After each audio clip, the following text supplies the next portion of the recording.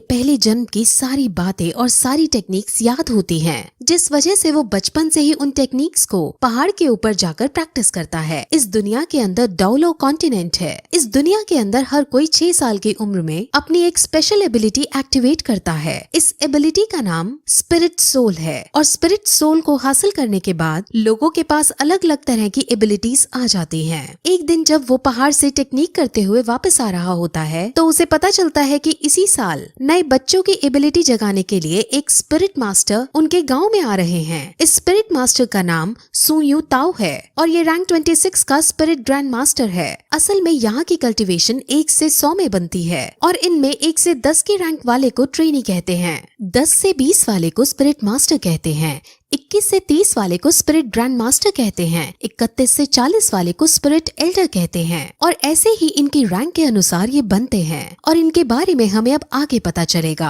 अब सब बच्चों की एबिलिटीज जगाने के लिए इस गांव का चीफ सारे बच्चों को इकट्ठा करता है। अब गांव के सारे बच्चे एक साथ इकट्ठा होकर एक बिल्डिंग में जाते हैं जहाँ पर स्पिरिट मास्टर एक एक करके उनकी एबिलिटीज को जगाता है। वहाँ पर टैंग शैन भी मौजूद है और वो भी यहाँ अपनी एबिलिटी को अवेकन करने आया होता है। तब उनकी एबिलिटीज को जगाने से पहले सब बच्चों को अपनी शक्ति दिखाता है और अपने अंदर एक भेड़िए जैसी शक्ति बुला लेता है, जिससे सब बच्चे बहुत शौक होते हैं और एक्साइटेड हो जाते हैं। और अब एक एक करके बच्चे अपनी अपनी स्पिरिट सोल को जगाने के लिए आगे आते हैं। अब जो पहला बच्चा आगे आता है उसकी स्पिरिट सोल एक दारांत यानी सिकल होती है, जो कि एक टूल टाइप स्पिरिट सोल है। अब इसे देखकर स्पिरिट मास्टर उनको बताता है कि ये वेपन के लिए तो काम नहीं आ सकती, लेकिन इस टाइप के लोग एग्रीकल्चर यानी फार्मिंग के अंदर बहुत अच्छे होते हैं। अब वो उसकी सोल पावर को चेक करता है। सोल पावर किसी भी स्पिरिट सोल को ट्रेन करने के लिए बहुत जरूरी होती है। अब जब उसकी सोल पावर को चेक करते हैं तो उसकी सोल पावर 0 आती है, जिसका मतलब वो अपनी स्पिरिट सोल को ट्रेन नहीं कर सकता और पूरा जीवन भर एक नॉर्मल इंसान की रहेगा। ऐसा करते करते वो और भी बच्चों को चेक करता है, जिसमें ज्यादातर फार्मिंग स्किल्स की एबिलिटीज को रखने वाले बच्चे ही निकलते हैं। वहीं फिर एक लड़की अपनी सोल पावर चेक कराने आती है और उसकी स्पिरिट सोल एक ब्लू सिल्वर ग्रास की होती है।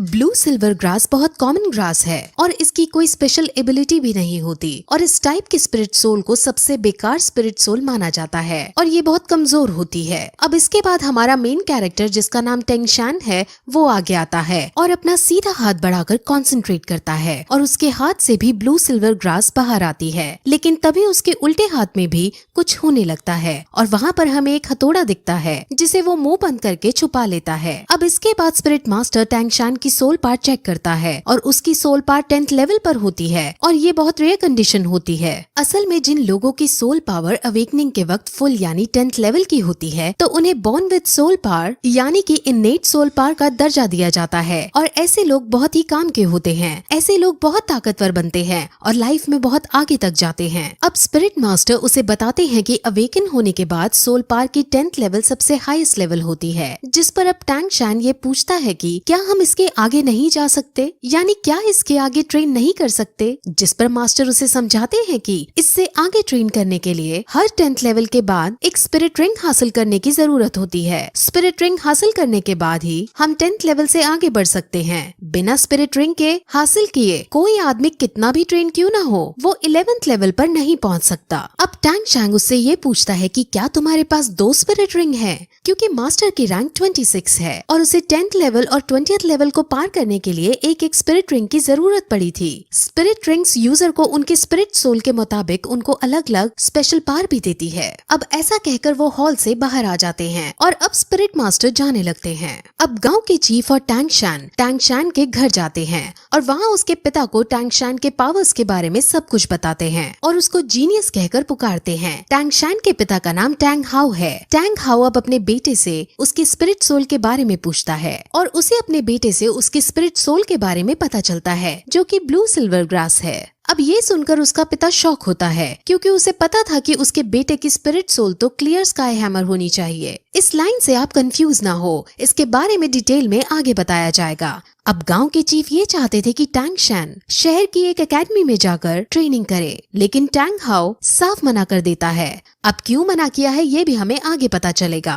गांव का चीफ बहुत शॉक होता है और उससे लड़ता भी है, क्योंकि इतने बड़े टैलेंट को घर में रखना सही नहीं है। इसको बाहर जाकर बेस्ट ट्रेनिंग हासिल होनी चाहिए। अब चीफ के बार बार समझाने पर भी टैंग हाउ नहीं मानता और चीफ अब वहाँ से चला जाता है। अब टैंग हाउ को ये लगता है कि उसके इस डिसीजन से उसका बेटा नाराज होएगा, लेकिन टैंग शैन उसके इस डिसीजन से नाराज होने की बजाय उनकी बातों से संतुष्ट दिखाई देता है और कहता है कि हम एक लोहार की तरह भी अपना गुजारा चला सकते हैं। अब टैंग हाउ निराश होकर बैठ जाता है और वो दुखी होते हुए सभी स्पिरिट मास्टर्स को बेकार बताता है। अब टैंग हाउ टैंग शैन से अपने स्पिरिट सोल को दिखाने को कहता है, जिस पर टैंग शैन अपने हाथ से उसे ब्लू सिल्वर ग्रास निकाल कर दिखा देता है और ये देखकर वो बहुत चौंक जाता है। लेकिन तभी टैंग शैन उसे अपनी एक और स्पिरिट सोल के बारे में बताता है और अपने दूसरे हाथ से क्लियर स्काई हैमर को बाहर निकालता है।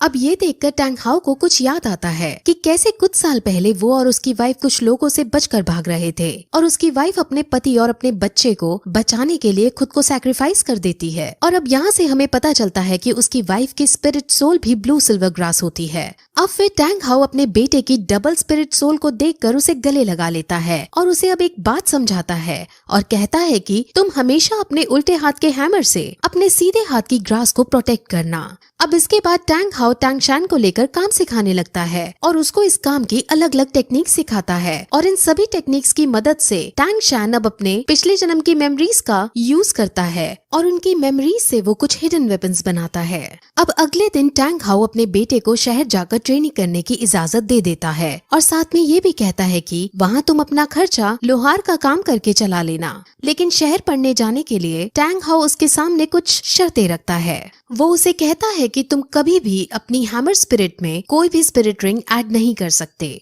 दूसरी शर्त में उसे वो कभी भी अपनी हैमर स्पिरिट सोल को दिखाने के लिए मना करता है और साथ ही साथ किसी को भी अपना ये रहस्य कि उसके पास 2 स्पिरिट सोल हैं बताने से मना करता है और जब तक उसकी जान पर ना आए तब तक वो उसे हैमर स्पिरिट का भी इस्तेमाल करने से मना करता है। अब इन शर्तों पर एग्री करके टैंग शैन अपने सफर पर निकल जाता है। वो अब गांव के चीफ के पास जाता है और अब दोनों शहर के बड़े स्कूल में एडमिशन करवाने के लिए निकल जाते हैं। अब वो दोनों रास्ता पूछते हुए स्पिरिट मास्टर एकेडमी की तरफ जाते हैं, जहाँ पर उन्हें गेट कीपर रोक लेता है। अब चीफ उसे अपना पास दिखाता है जो उसको स्पिरिट मास्टर ने दिया था। गेट कीपर उस पास को चेक करता है और इस पास को वो फेक समझता है क्योंकि इस पास पर ब्लू सिल्वर ग्रास लिखा था, लेकिन साथ ही साथ सोल पावर को 10 रैंक का भी बता रखा था।